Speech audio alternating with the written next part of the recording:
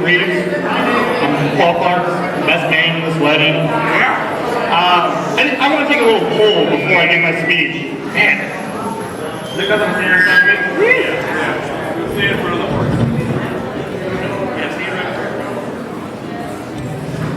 Okay, I want to take a little poll before I give my speech tonight.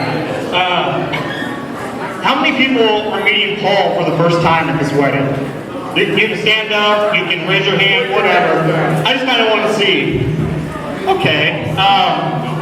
How many people have met Paul because of Megan?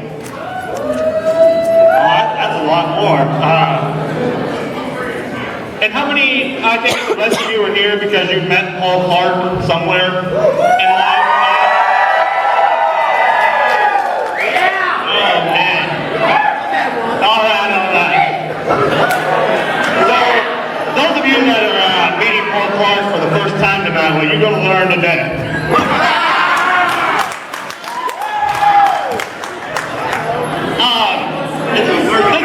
Clark, he answers the mornings and that. Some people call him PC, some bitch, Sergeant Clark, Hellraiser, Sarge, numerous other names. Yell them out. You guys know what you call Paul Clark, yell them out.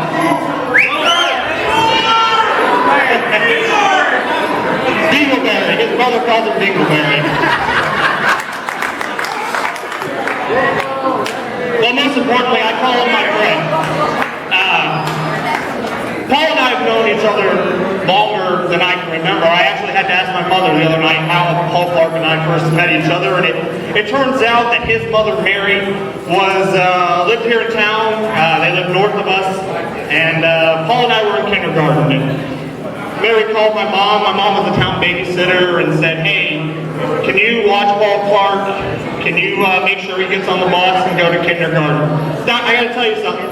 This was when Paul Clark was wearing glasses, sweaters. He didn't have an accent. For those of you that didn't know Paul Clark, when he was in kindergarten, he didn't have an accent. I don't know where it came from. But all of a sudden, we got to about high school, and Paul Clark had boots and jeans. He had an accent. He never wore sleeves.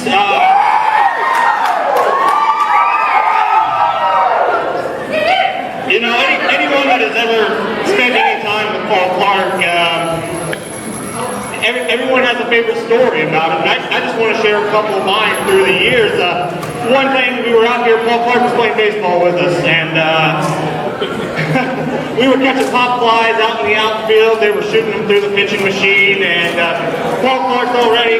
Ball gets shot. He takes off running for it. We never see the ball again. Where the hell did the ball go?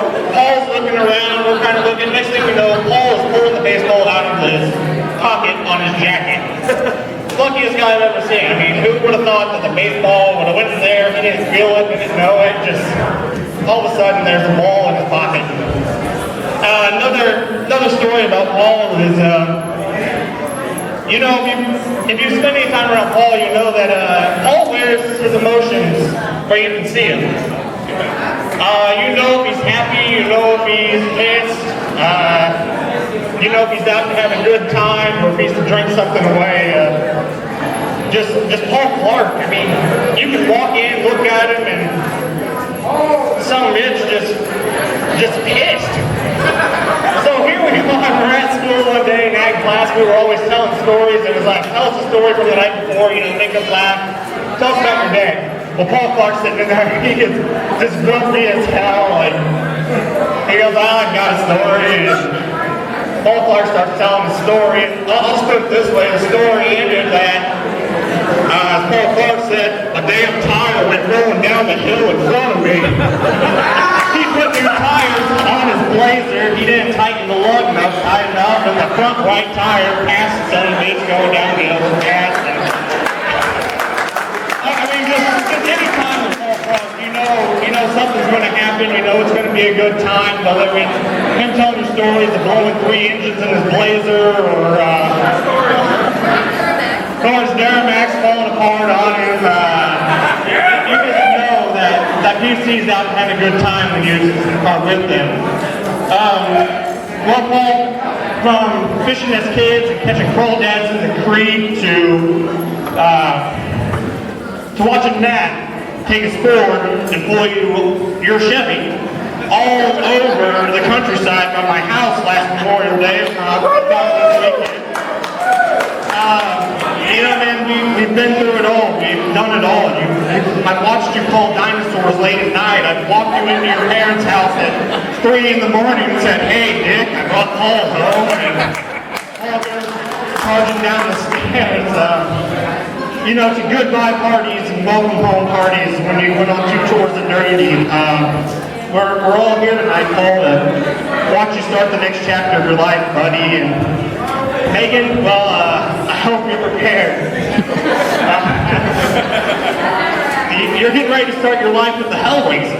The Hellraiser. I mean, I don't know what you're in store for, but I can tell you a couple things. You're getting ready to start a life with one of the most honest, trustworthy, loyal, hardworking, and caring people I know. And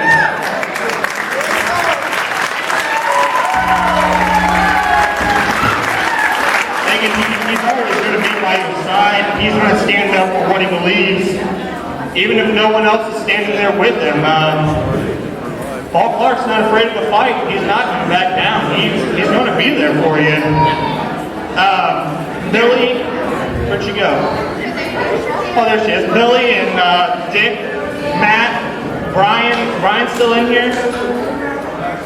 Well, if not, anyways, Brian's his other brother, and Mike Schwartz, if he's in here. You guys did a great job with Paul.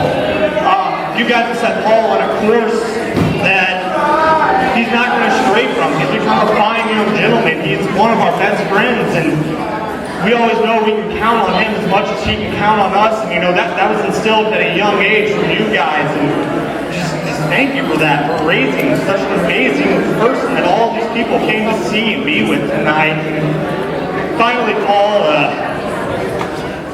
you know, buddy, there was only one time I teared up at your wedding reception tonight.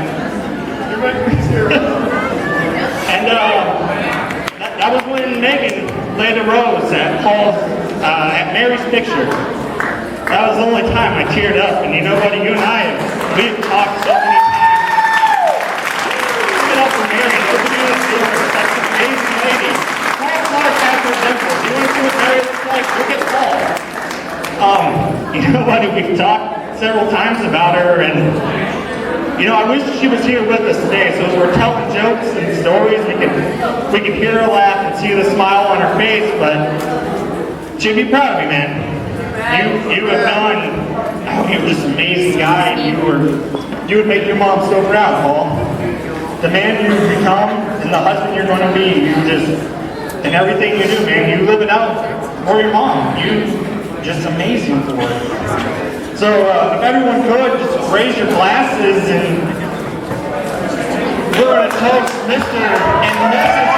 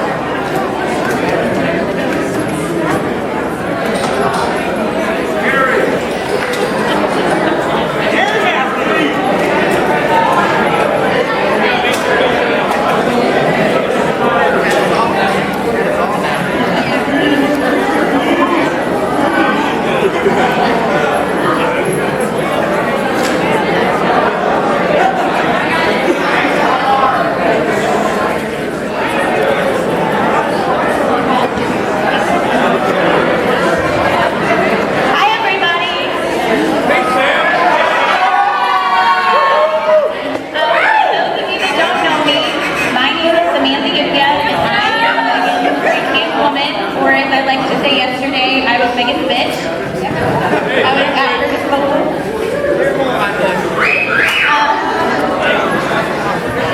I have known Megan ever since kindergarten. We weren't really close growing up, hanging out was never like our thing until we had an art class together senior year. And the first time I hung out with Megan, I had never drank, never went out, never did anything. And I go out with Megan one night and I come home stumbling down the stairs. Megan was like the hellraiser in school, and I was a goody two-shoes. And when people found out I was hanging out with Megan, they kind of gave me a look and they were like, "You're hanging out with Megan Summers?" What? Yeah, I was this cheerleader and Megan was this drinking, partying. But before I get started into my speech, I just want to tell Megan that you look absolutely beautiful.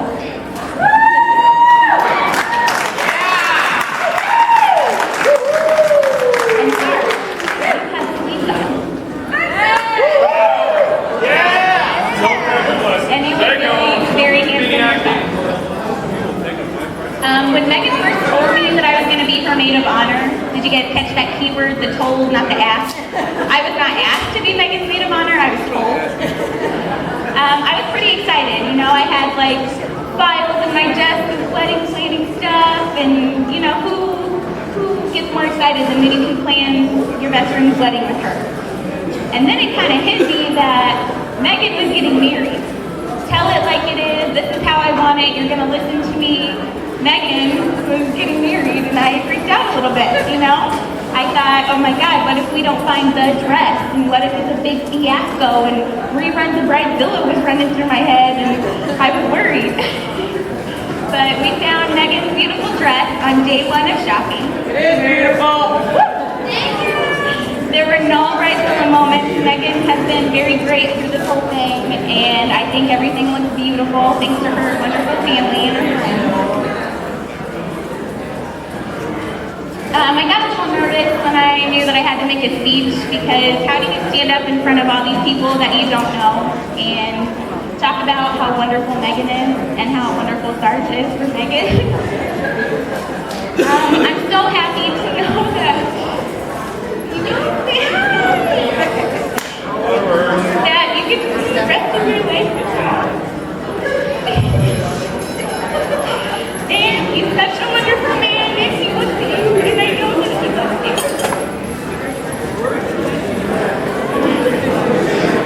I just want to cut this short, and I just want Paul, Megan, I want you to place your hand on the table, and Sarge, I want you to put your hand on top of hers.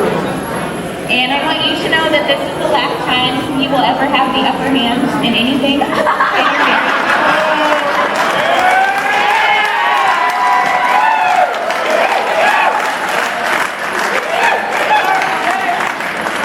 I want you to know that you should get a lot of shirts and sleeves, so if you guys ever fight, just throw one on and you've got points, you know. And Megan, I want you to know that you should never ask Paul, are you sure you can do that? Because that's not a question, that's a statement for a redneck, and it's a challenge. So, it is a great honor that I want you all to raise your glasses and congratulate the new Mr. and Mrs. Paul Clark.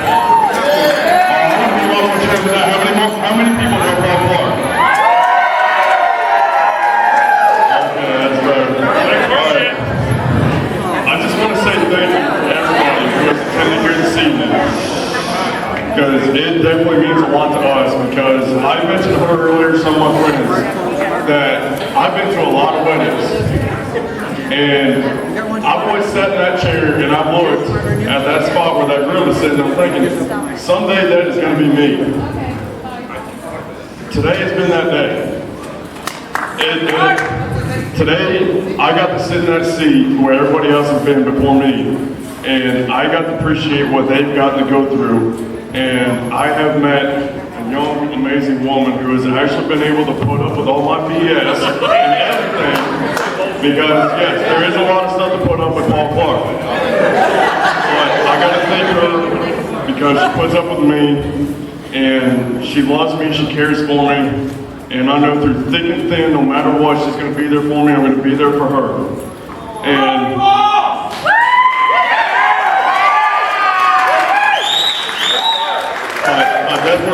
I definitely got to thank here tonight my friends and family. You know, all my friends who showed up, supported us, always said we're such a cute couple. You know, can't wait till y'all get married and everything.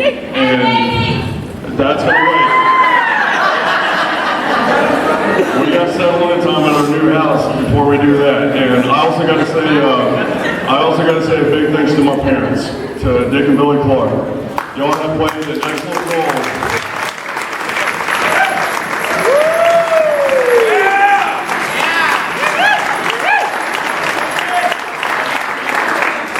Like I say, y'all have played an excellent role in letting your last son go.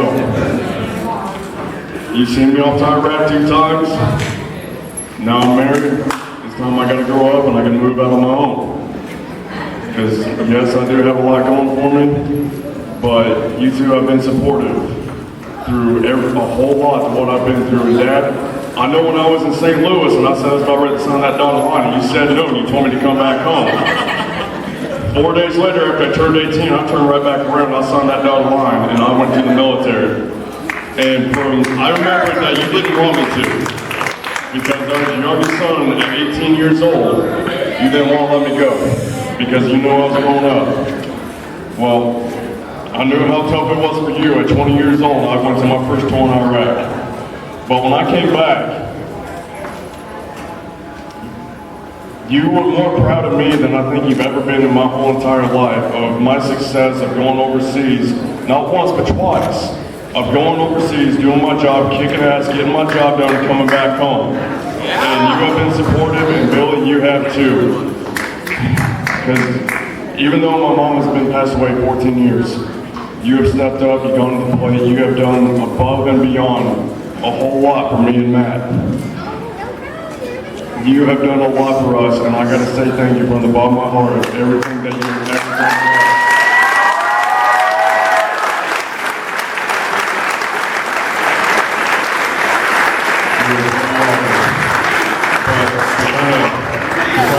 Up a little bit, I definitely want to say a big thanks to my best friend and my best man, Nathan Reeves, because me and him, we've been through a lot, thick and thin. We've, from all the way from T-ball to, you know, puking rallies and shooting shotguns. Me and Nate have been through a lot, and we're still going through a lot. Each and every day, I'm glad I get to golf with my best friend. I got the rest of my good guys up here that I like to call my friends, and then my brother down here who got to travel up and be here for my wedding, which I wish I got to be home for yours. But in all, I just want to say thank you to everybody who has participated here tonight. Those of you who have not known me before, especially Megan's family, I'm glad I got to meet you. You know, I'm glad I'm part of the family now, and then forever. I know some of you out there, you know me ever since you changed my diapers. I'm sorry.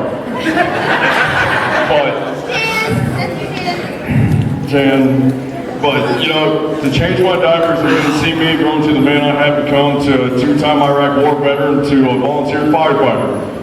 I've had a lot going on in my life, and I put my life on the straight and narrow track, and I decided to join the Army, volunteer firefighter. I love what I do. I won't give it up. It's what I'm going to keep on continuing to do, because the Army is my life and it's what I like to do. It's my job. So that's why we can be here tonight to celebrate our wedding.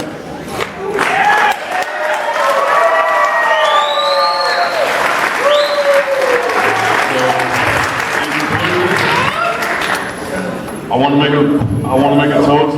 Even though I know this is our wedding weekend, I made a toast to my guys earlier. I don't want to forget that this is also Memorial Day weekend. For all the veterans who have gone over and defended our country and not made it back because they defended so we could be here tonight, I want to raise a toast to them as well. So, this is something I like to do that a lot of people like to do in the South. I want to hear a holler, and I want to hear a swallow. So on three, I want to hear a holler and a swallow. 1, 2, 3. Swallow.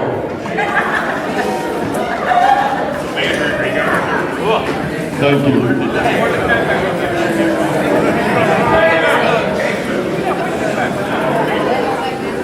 And it's me.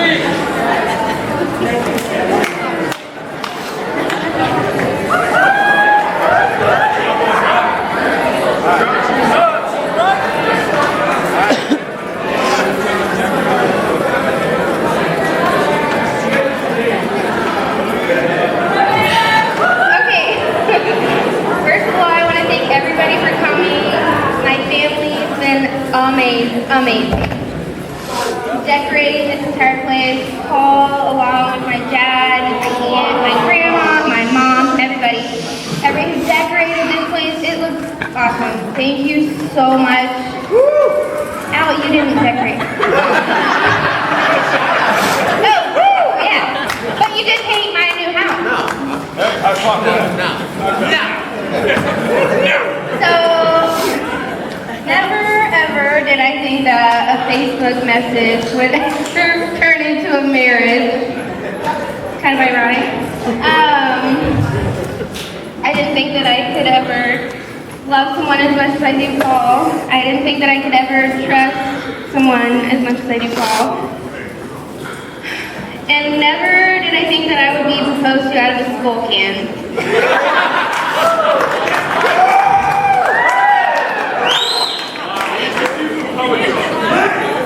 I don't know if it was Tubba or not, but my 4-carat diamond ring is in a skull can, and that's all I could think about. But I said yes, and even though we've had a short engagement, I don't think I could wait any longer to marry this amazing man. Everybody that's been involved today, Jamie, thank you so much for everything. Hair was amazing. My hair was amazing.